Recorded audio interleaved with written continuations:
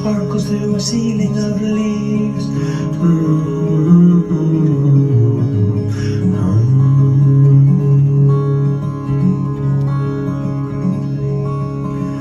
La la la la la la la la la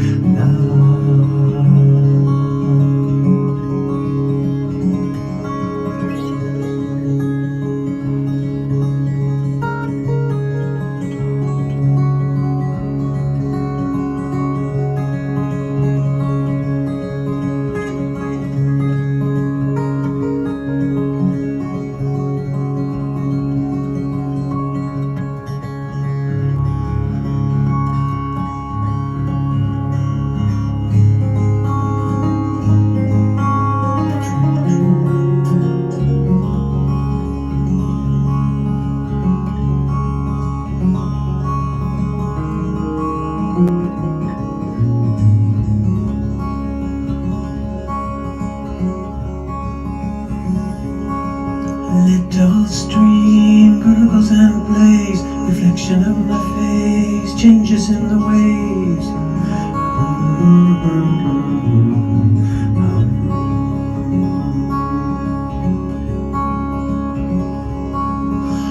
La la la la la la la la la la la la la la.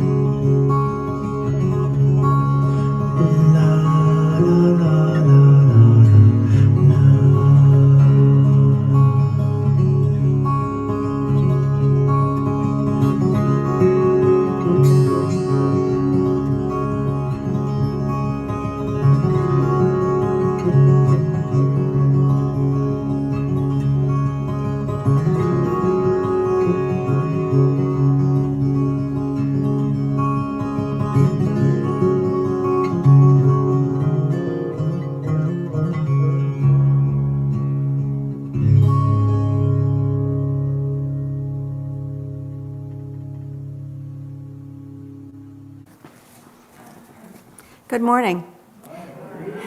Welcome to the First Unitarian Church of Hamilton. We welcome those here in the sanctuary and those who have opted to join us in their house slippers. My name is Jean Jacobs, and I am a speaker for today's service. I want to thank today's service team, which includes Reverend Jamie, Tim Versteeg, Linda Sevier, and of course myself, and our marvelous tech team. The online folks are muted, and I would ask the people here to do the same. Please ensure that your devices are turned off.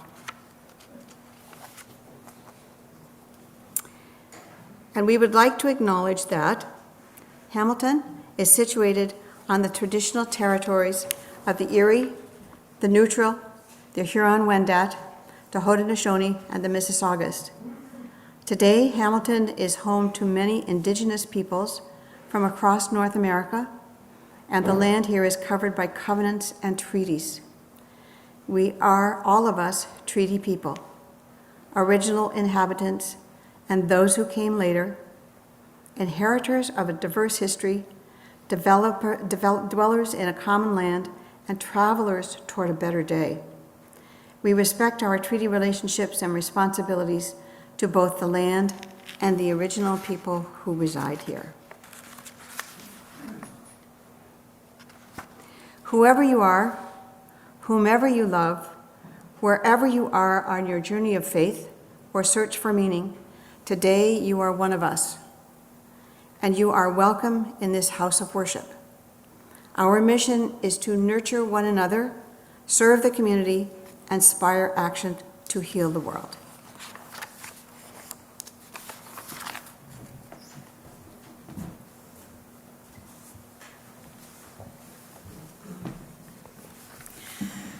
Our chalice represents the light of hope at the center of our faith tradition. The spark of this flame draws us into our time of worship and community.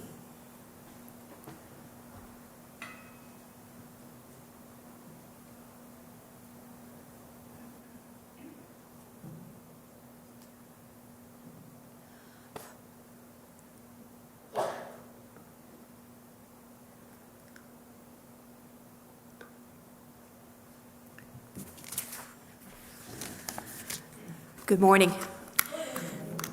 Last Sunday, during the annual general meeting, the congregation gave overwhelming support to the proposals of the social justice team, including a renewed focus on climate action.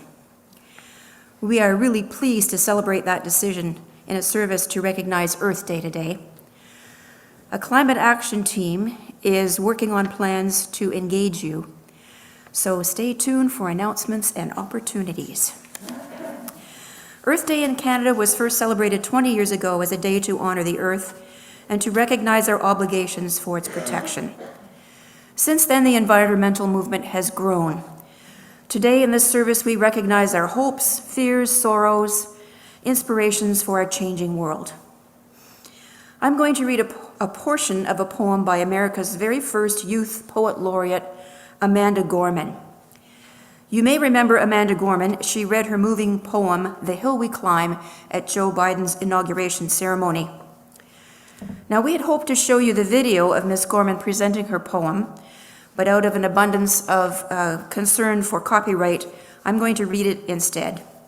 But I do encourage you to look it up on YouTube under Amanda Gorman's Earthrise and listen to the entire poem.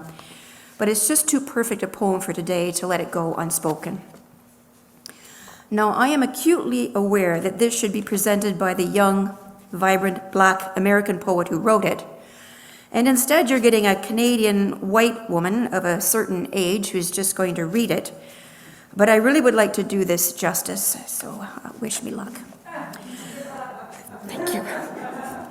Her poem in honor of the planet is entitled Our Purpose in Poetry, or Earthrise, and it's dedicated to Al Gore and the Climate Reality Project.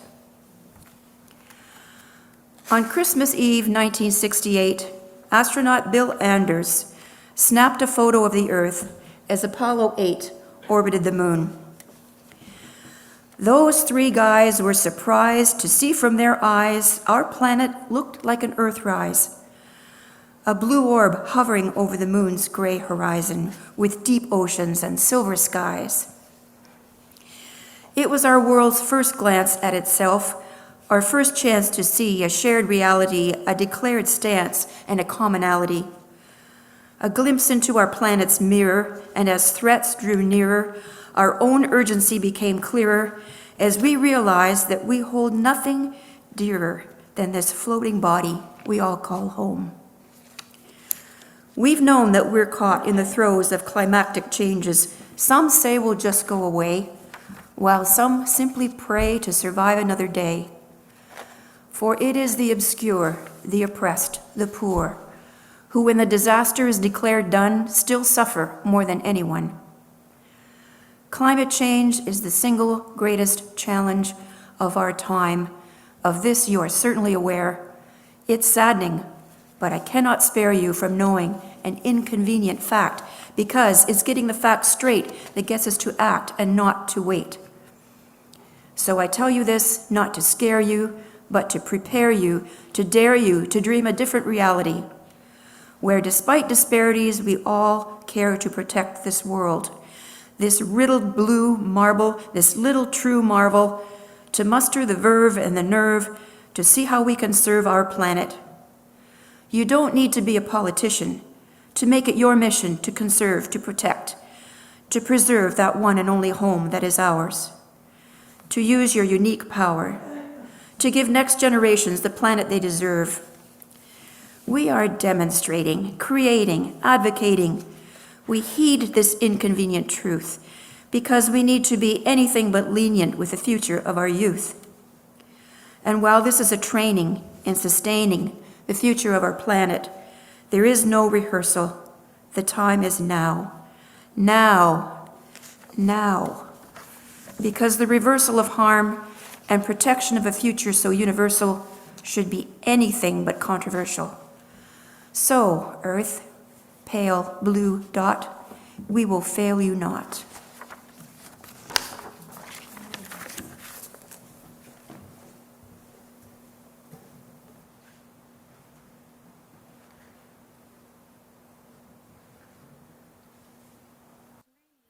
Number 1064, Blue Boat Home.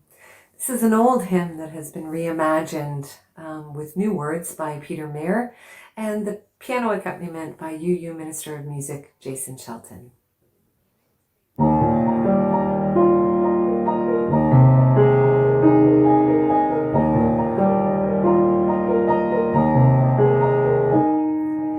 Though below me I feel no motion, standing on these mountains and plains, far away from the rolling ocean, still my dry land heart can say, I've been sailing all my life now, never harbor or port have I known.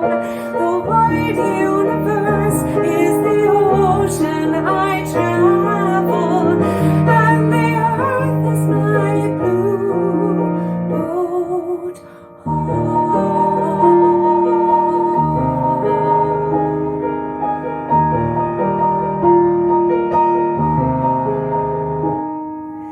Sun, my sail, moon, my rudder, as I ply the starry sea, leaning over the edge in wonder, casting questions into the deep, drifting here with my ship's companions, all we kindred pilgrim souls, making our way by the light of the heavens in our beautiful blue boat home.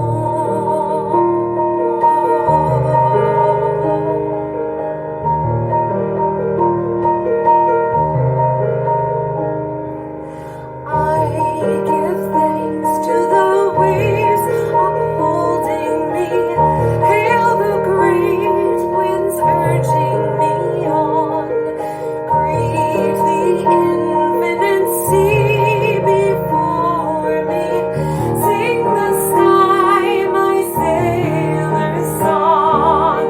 I was born upon the fathoms, never harbor or port have I known. The wide universe is the ocean I travel, and the earth is my blue boat home.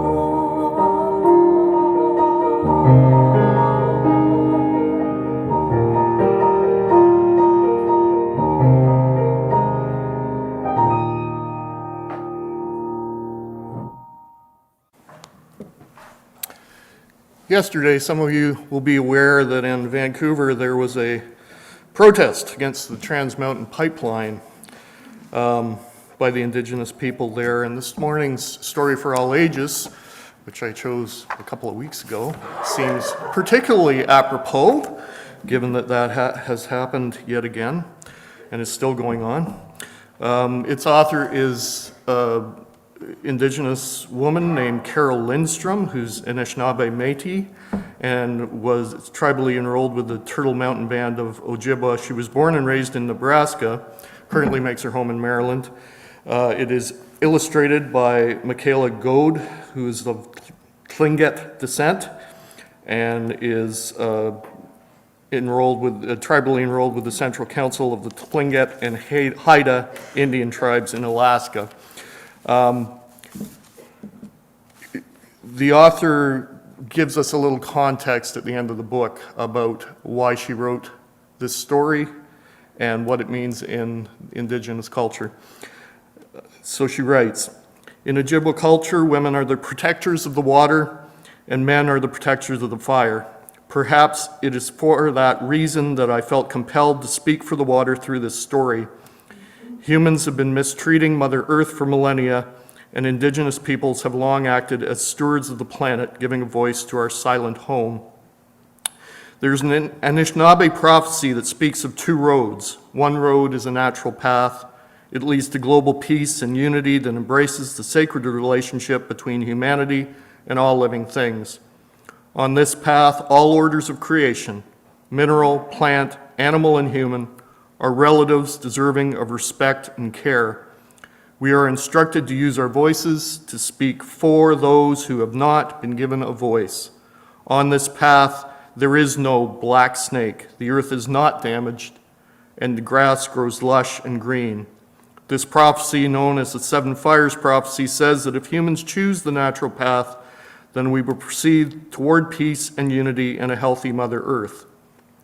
The other road is described as a hard-surfaced highway where everything moves much faster and faster at an unimaginable speed. On this path, humans embrace technological advancement with little regard for Mother Earth.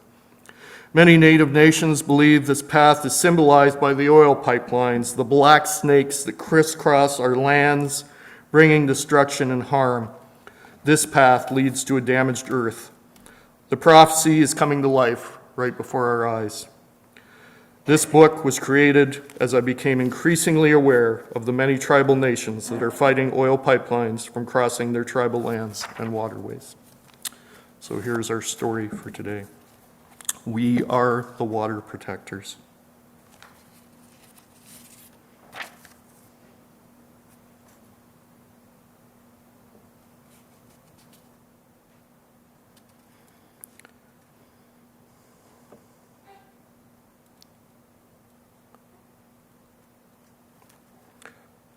Water is the first medicine, the Comas told me. We come from water. It nourished us inside our mother's body as it nourishes us here on Mother Earth. Water is sacred, she said. We stand with our songs and our drums, we are still here. The river's rhythm runs through my veins, runs through my people's veins.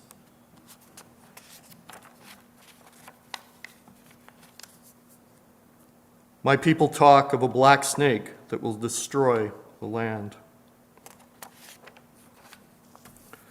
spoil the water, poison plants and animals, wreck everything in its path. When my people first spoke of the black snake, they foretold it wouldn't come for many, many years.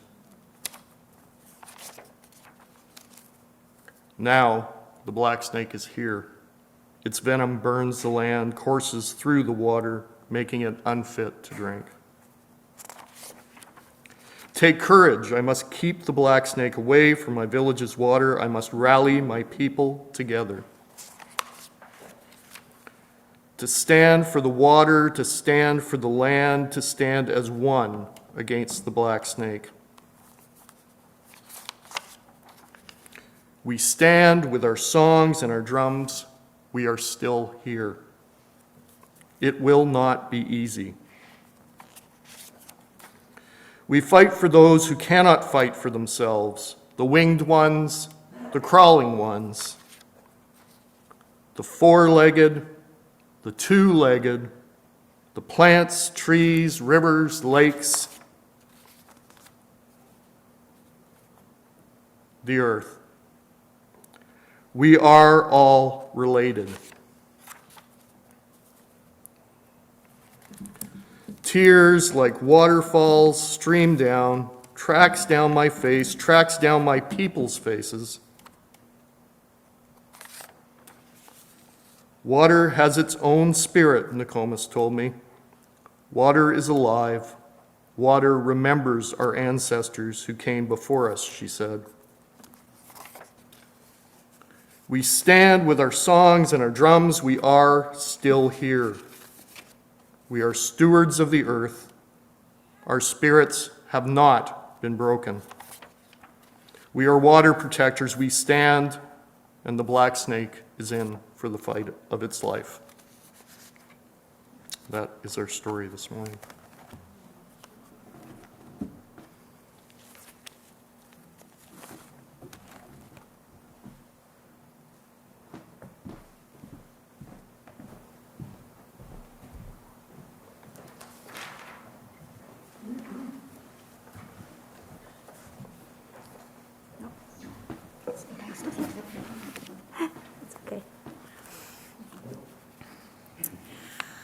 My reflections for this morning are called, Is Climate Work Spiritual? Some weeks ago, Reverend Jamie asked Jean and myself if we would like to take part in this year's service for Earth Day, and we both readily agreed. Reverend Jamie mentioned that she believes there is a spiritual aspect to climate work, and I thought, well, this is going to be interesting. I've occasionally wondered what the word spiritual means to me ever since joining First Unitarian. And when Jean and I met with Reverend Jamie, she asked the two of us to think about what personal experiences have influenced us in climate work, what has frightened us, what has inspired us, what gives us hope. I'm not sure that any of my influences or hopes or fears are any different than many of yours, but perhaps if I say them out loud now, you might recognize yourself in them too. My earliest influence about all things environmental was my mother, who was not only an avid gardener and birder, but interested in all of the natural world. I remember she read Rachel Carson's Silent Spring when it was first published in the 1960s, and it had a profound effect on her. When in her travels with my dad into her 80s, she found she was no longer able to track the birds quickly enough with binoculars. She instead worked on learning about the plants of the areas they visited. Plants don't move as fast as birds, she said. In recent years, I've been influenced and inspired by our church's Carolinian gardens right outside the sanctuary. While working with Joanne Tunnicliffe and the garden team, I have learned much about biodiversity and the interdependence of native flora and fauna. It's a real hands-on experience with our seventh principle. Over the years, there have been environmental incidents that have affected and distressed me, like the stealthy clear-cutting of the forest across the road from our home over the last 49 years. And like you, I've watched the news and experienced a changing climate. I've learned about the terrible forest fires, the mass extinction of species, climate refugees, the droughts, floods, the effect of food availability and prices, the melting ice caps and glaciers that cause rising sea levels. But I've also watched outstanding teachers help their students understand the importance of our role as caretakers of the earth and observe those students being influenced to take actions. Like those of you with children and grandchildren, I've become anxious about what they are likely to experience and endure. I've felt the enormity of the problem and have felt my efforts to be really puny. Hope and despair play this tug of war in me each time I read or hear of something horrific about climate change. I need to find something hopeful, and fortunately, there is much reason to hope. Almost a year ago, a number of our congregants attended a UU United Nations virtual conference on climate change and world food insecurity. It was sobering and it was inspiring. There are some incredible actions taking place with such hope, but one conversation in particularly shook me. Discussion groups after presentations were led by the conference organizing team, which included many young volunteers, mostly young American college students. One particularly thoughtful young man made a statement that left me nearly in tears. He said, and I'm paraphrasing him, "We hear all the time that it's the youth who will inherit the climate crisis, and we will need to fix the problems of the world we're going to live in. And I don't know what to do. I try," he said. I'm trying to go to school and plan for a career and earn some money and do all the things I have to do right now, and I feel so badly that I can't find enough time to do all that I should be doing about the climate." And that's what he said. How grossly unfair it is to place this gigantic burden so heavily on young people. They are generally not the ones with the readily available time nor resources, nor have they lived the long lives of relative comfort and privilege that frankly many of us have lived, that have contributed to changing climate. We certainly need the energy solutions leadership of young people, but they don't need to be handed the burden of any guilt. And then I thought, okay, Sevier, you gotta do something here. And I'm relieved to have found groups like Hamilton 350 and Seniors for Climate Action Now and Elders for Climate Justice, where a great many members are over 60, full of enthusiasm, good ideas, and taking action. They give me hope, as does the work of young climate scientists and activists and students who are pushing the changes and inspiring us. And I'm very grateful to have found like-minded people in this church who want to explore ways to heal our climate. You understand, right? Inspire action to heal the world. This past October, my husband Rick and I had the privilege of visiting Churchill, Manitoba during polar bear migration season. Our first stop was in Winnipeg, where we spent a day at Assiniboine Park, where rescued Arctic creatures are brought that have been orphaned or injured, and they often spend the rest of their lives there if they can't be reintroduced into the wild. If you've seen any of the CBC series on GEM, Arctic Vets, you'll be aware of this work. And in Assiniboine Park, we saw ways that Indigenous teachings about the earth are recognized, and we are increasingly aware of how Indigenous teachings can change our understanding. Very timely this morning, Tim. I took a photo of this sign that illustrates 7 sacred teachings. Has a familiar look to it, doesn't it? Below this sign was written a caption that read, "The 7 sacred teachings form the foundation of some Indigenous groups' way of life. They teach us that we are connected and closely linked to the natural world." Could that be any closer to our 7th principle statement? The sign goes on to say, each teaching is represented by an animal or spirit and honors one of the basic virtues intrinsic to a full and healthy way of life. They exist to ensure our survival as human beings on earth. And clockwise from the top, they read, love, wisdom, respect, courage, humility, honesty, truth. Respect is the gift from the bison. It means having a deep respect for all things and all people, including yourself. Do not waste and use all things wisely. Never take more than you need, and always give away that which you do not use. Treat others as you would have them treat you. Practice respect every day. Yes, we did see polar bears, lots of them, and they were in reasonably good shape last October, but we've heard that the formation of sea ice is pushed later in the fall by an average of 1 day later per year, and polar bears are increasingly at risk of starvation as they depend on the timely formation of sea ice to allow for seal hunting. When I showed Reverend Jamie and Jean the images and words and music that I was hoping to include in this service, Reverend Jamie commented that what I was offering illustrates my theology, and that had never crossed my mind. It was a revelation. Maybe she's right. Perhaps this is at least a partial meaning of the word spirituality for me. When one tugs at a single thing in nature, he finds it attached to the rest of the world.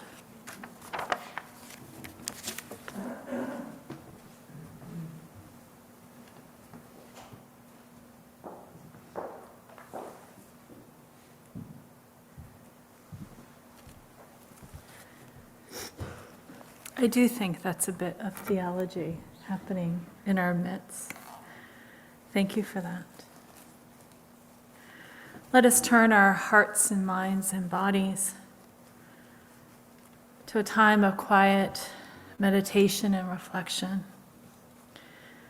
Let's allow ourselves to drop into a deep quiet, a still part of ourselves, and feel the movement of our breath flow through our bodies.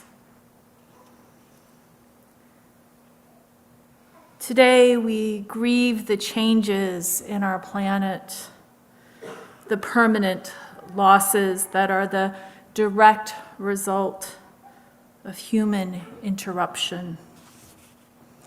We see the changing climate, the floods, hurricanes, droughts, movement of people away from their homes. In response to climate change, we witness hunger and starvation, wars, and the permanent loss of species. We hold these griefs and attune ourselves to a sadness. We also hold gratitude for the greatness of our planet, its beauty, its fragility, for the cycles of the seasons, for our lives as gifted with the fruits of the earth, the bounty of nutrition we could not live without. We have gratitude for the mystery and majesty of the cosmos that fills us with reverence and awe and nourishes our mind, body, and spirit. We are grateful for all the critters, great and small, that fill our world with life. Let this meditation attune us to the sacred relationship of all life, the interdependent web of which we are a part, and may the griefs and gratitudes we hold inspire us to action in our lives and in the world. Let us pause, listen to the world around us, and allow ourselves to touch gently upon our griefs and our gratitudes.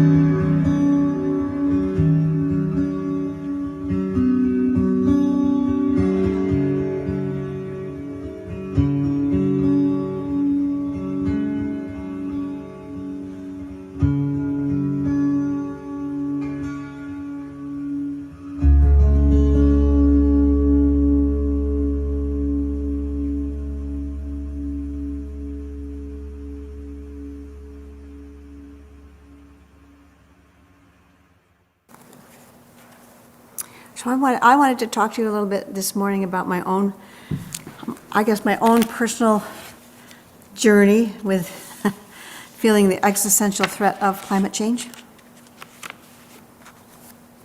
So the climate crisis has presented me certainly with an existential threat, leading somewhat to climate despair from time to time. Like others have said, I feel bombarded by doomsday messages. The atmosphere gets progressively warmer, bringing with it increasing extinctions, warming seas, ever-expanding wildfires, ocean plastics, drought, warming seas, ever-expanding fires, rising water levels, shrinking polar ice caps, and environmental refugees. Pessimism prevails about our sluggish attempts to maintain 1.5 degrees C of warming when we're already at 1.19 degrees C, with projections of 2.9 degrees C by 2100, which is my grandchildren's lifetime. In addition, I had a lovely conversation with a dear friend of mine. She wouldn't mind me using her name. Her name is Audrey. She's a psychologist and a renowned advocate for people with disabilities. When we were talking about all of this, she said, "We have become so used to our comfortable way of life. We won't change. So what's the point in my changing? What's the point in even thinking about it?" And I'm surprised that I hear that from her. She's a dear friend, and it feels like she's given up on the whole process. But then I begin to think about, I was a poli-sci major at university, and we studied Hobbes of all people. And that philosophy certainly comes running to my mind, in which nature is characterized by a war of every man against every man, a constant and violent competition in which each individual has a natural right to everything regardless of the interests of others. And the whole climate change brings that to mind for me in terms of what we have and what other people don't have. And I'm going to digress a little bit and say, we keep driving our Ford F-150s, and we keep driving our Audi Quattros. I just saw an ad for that. And I'm thinking, where is it? Where's this equality? Where's this going to lead us? All of this has contributed to a sense of immobility for me, a sort of a persuasive dysthymia, decreased joy in the world, and pessimism. I have wept at times at what I perceive is the loss of what I have known. Some examples of this could be the otters bobbing in front of my kayak, the alligators basking on the banks, the sandhill cranes calling outside my tent in the early morning, the orange salamanders on the steeps of Sleeping Beauty rising from the lake, the painted trillium along the path into the great camp of Santanoni. All these memorable experiences have been with the people I love and cherish. And I believe that they're all at risk. However, I can't leave it there. I can't leave myself there. I can't leave you there. So, to paraphrase Dr. Renee Lertzman, who is a pioneer and leader at the intersection of psychology, climate, and environment, climate despair is making people give up on life. It's super painful to be human at this point in history. And we need to translate our concern, our despair, our feelings of inaction. We need to, given the current condition of our earthly home. Many of us have similar thoughts and emotions in these turbulent times. A lot of us don't even talk about it. A lot of us don't even want to touch it. I've had that experience myself. The question becomes, how do you deal with it? Some of you may have read Katharine Hayhoe's book. She is a United Nations champion of the earth, a climate scientist, an evangelical Christian, and author of Saving Us. And she has found over the last 15 years that the most important thing we can do to address climate change is to talk about it, as painful as it might be, but we need to talk about it. My personal journey has embodied this theme. Talking about it has offered me a way out of my existential despair. It has revealed community, shared values, safe harbor, and helped point the way toward finding the path that works for me. As I have explored this path, I have found an abundance of millennials and Gen Zs who are working on magnificent, innovative projects that address the climate crisis in many, many ways, from solar panels in the Arctic and the deserts of California and Nevada, led by indigenous young people, to mini flexible solar panels that you can put in your pocket, to plastic and cooking oil recycling. Something called the Come Up Project, which features gangstas to growers, an agribusiness training program for formerly incarcerated young adults, and the developing of something called the Sweet Soul Hot Sauce Cooperative. Those are in Georgia, by the by. There's another young woman who's building small turbines, those big turbines that they put in dams to run electricity and water. She's kind of created smaller ones of those. That means that they don't harm fish in their mechanism. They require smaller dams. And we can all look at the big dams like the Hoover Dam in the States. I'm sure there are others here, but smaller dams. And they can also contribute to wetland restoration and reclamation. The list goes on. The more I look, the more I find. And I look to them for energy and enthusiasm and a positive focus. That's the next generation. The Gen X is coming up. They're going to inherit a lot of this. The last person that I came upon, and I thought she was certainly a real inspiration to me.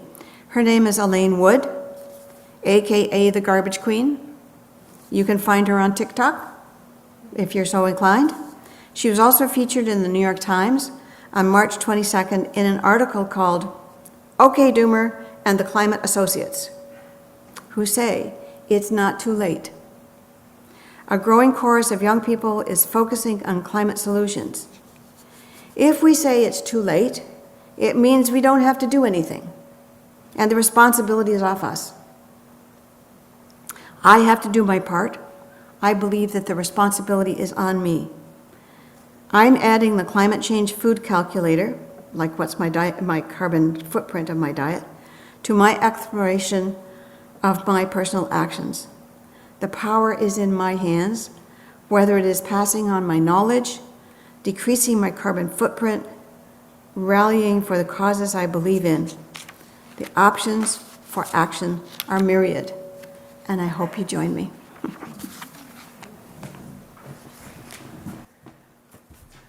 Jean, I will certainly join you. I know. I love the invitation. Welcome.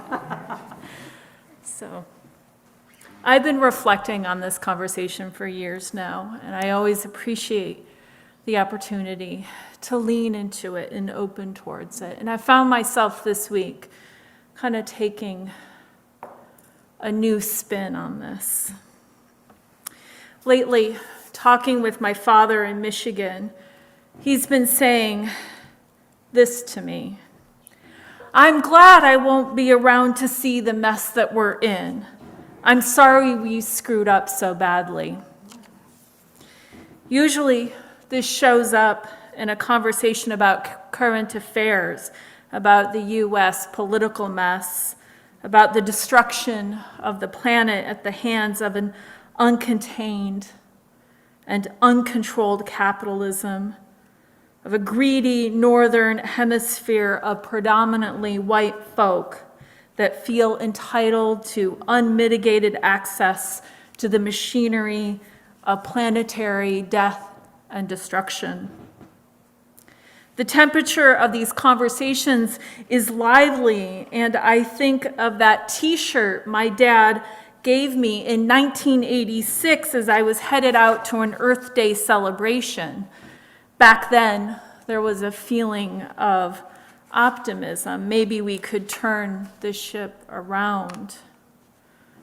At least that's how I remember it.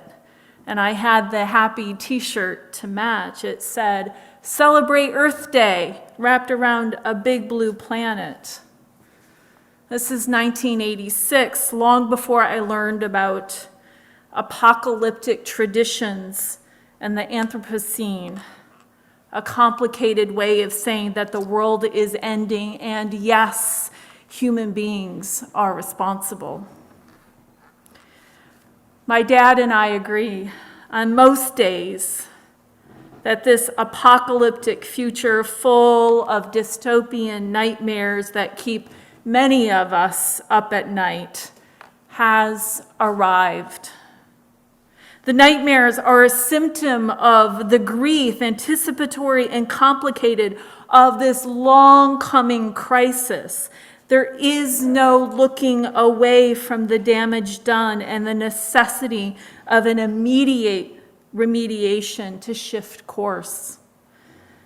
Many of us gathered here are living on a luxurious edge of distance and have yet to be impacted by the problem, even if we do notice small shifts in the weather and the disappearance of bees and butterflies and the nightmarishly slow move to renewable energy.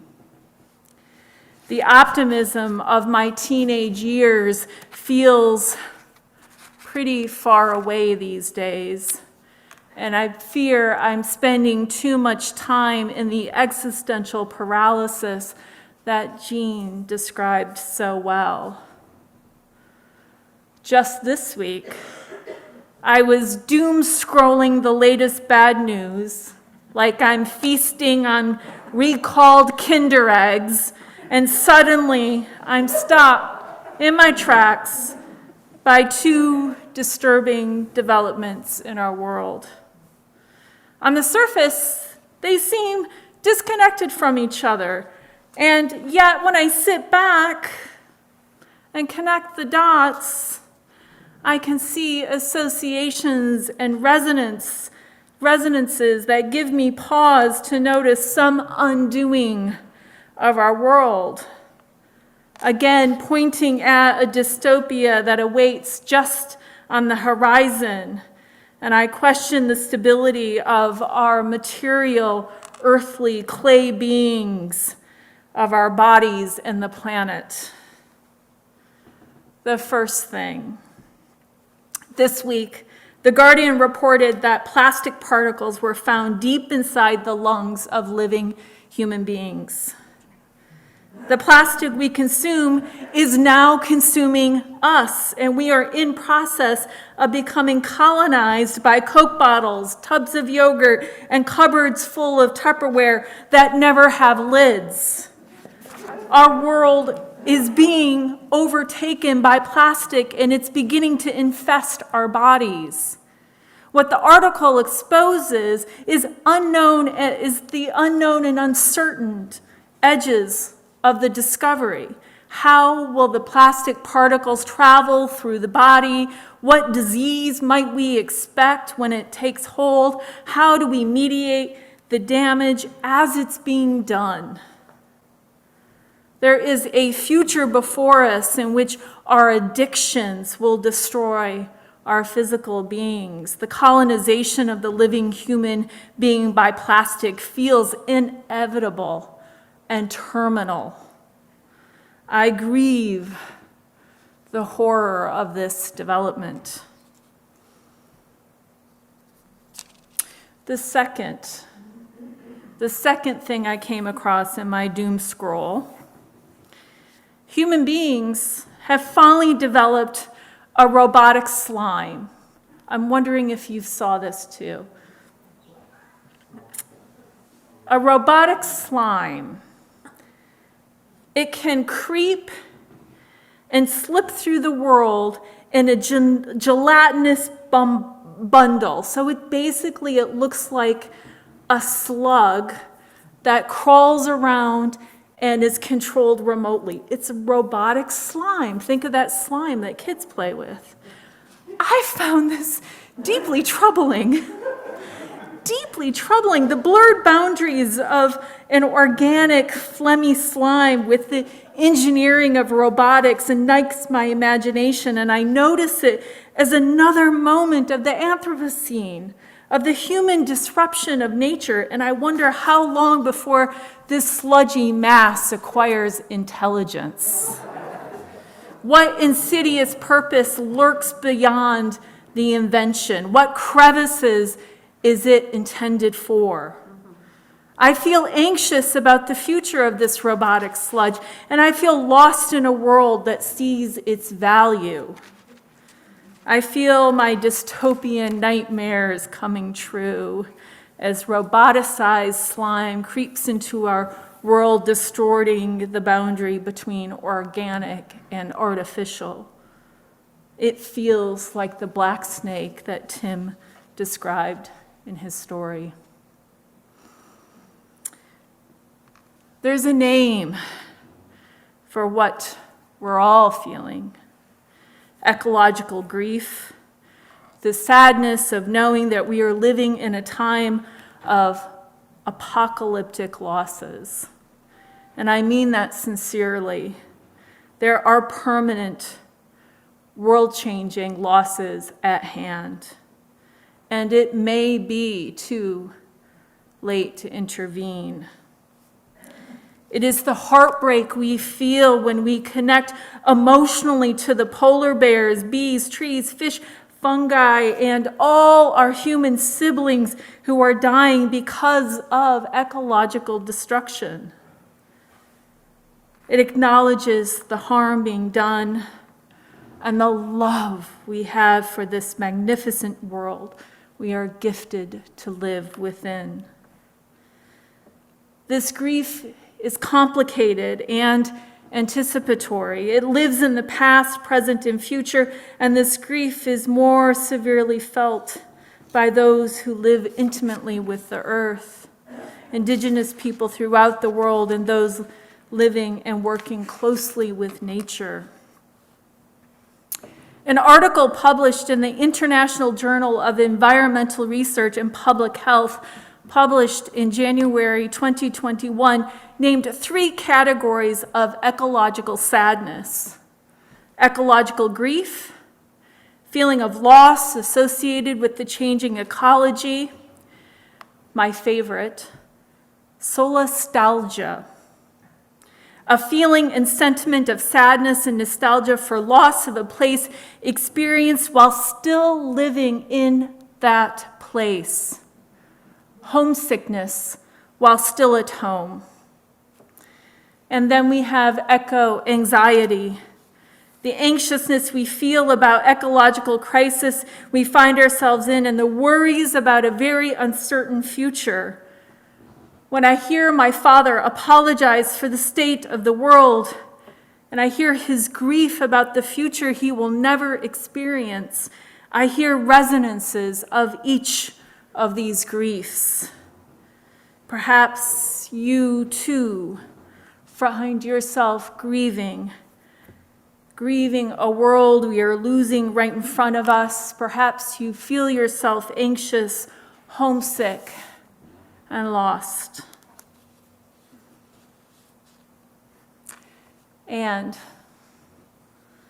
I can't rest here for long. I can't rest here in the grief, fear, and anxiety without remembering, as Reverend Dr. Cornel West famously said, I am a prisoner of hope. I am captivated by a hope that is world-affirming, liberating, and full of possibilities we have yet to register. I hear this in our reflections from our climate action team leaders today, Jean and Linda. You position us in a relationship to hope, with hope, possibility, and responsibility as we hold the complicated feelings of climate change. Thank you for embracing leadership of this team, and for inspiring us to live into hope, live into the love we have for each other and the earth. We have much to be grateful for, much to learn, and much to do as we live into our commitments. May it be so. Number 1074, turn the world around. Here we go. We come from the fire, living in the fire. Go back to the fire, turn the world around.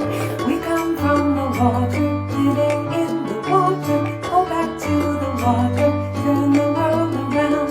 We come from the mountain, living on the mountain. Go back to the mountain, turn the world around. Whoa, so is life. Oh, so is life. Whoa, so is life. Oh, so is life. Do you know who I am? Do I know who you are? See, we one another clearly. Do we know who we are? Do you know who I am? Do I know who you are? Do you know how to clearly? Do we know who we are? Do you know who I am? Do I know who you clearly? Do you know who you clearly? Do you know who we are? Whoa, so is life. Oh, so is life. Whoa, so is life. Oh, so is life. Water make the river, river wash the mountain. Fire make the sunlight, turn the world around. Heart is of the river, body is the mountain. Spirit is the sunlight, turn the world around. We are of the Spirit, truly of the Spirit. Only can the Spirit turn the world around. Oh, so is life a body walk. Hey, so is life. Whoa, so is life a body walk. Hey, so is life. Whoa, so is life a body walk. Hey, so is life. Whoa, so is life a body walk. Hey, so is life.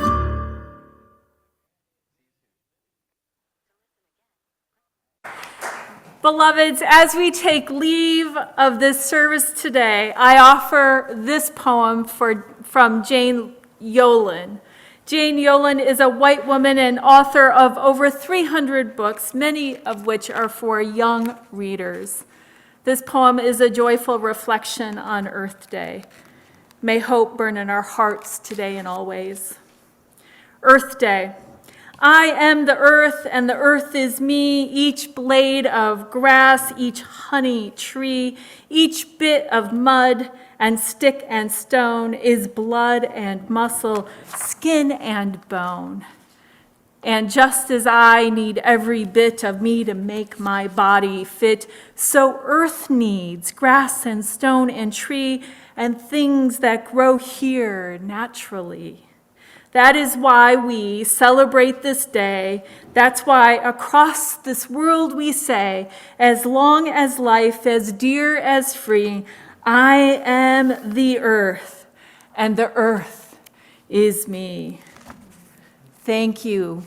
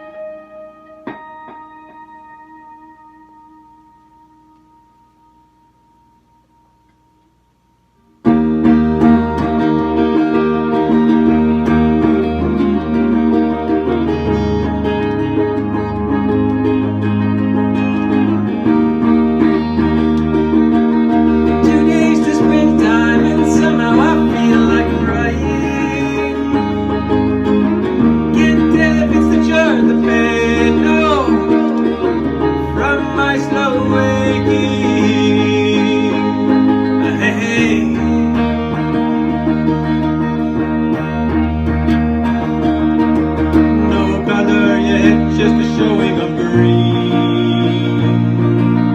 Pushing out of the dirt through a blanket of brown leaves.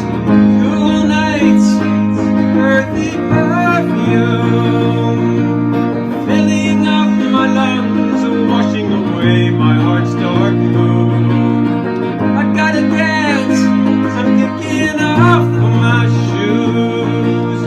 La-da-da-da-da-dum, da-da-da-da-dum, da-dum. La-da-da-da-da-dum, da-da-da-da-dum, da-dum, da-da-dum.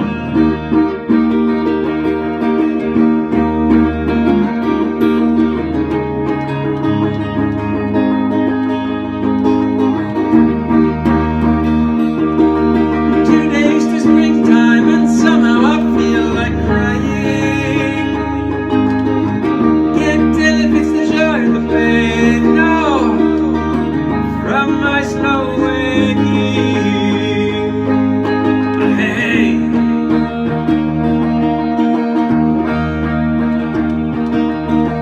sometimes the ache it goes so deep. I can feel it flowing to the ground through the bottoms of my feet. Pressure wells up inside me, welling up like water before a dam. Life's blood, it fills me. La-da-da-da-da-dum, da-da-da-da-dum, da-dum. La-da-da-da-da-dum, da-da-da-da-dum, da-dum, da-da-dum.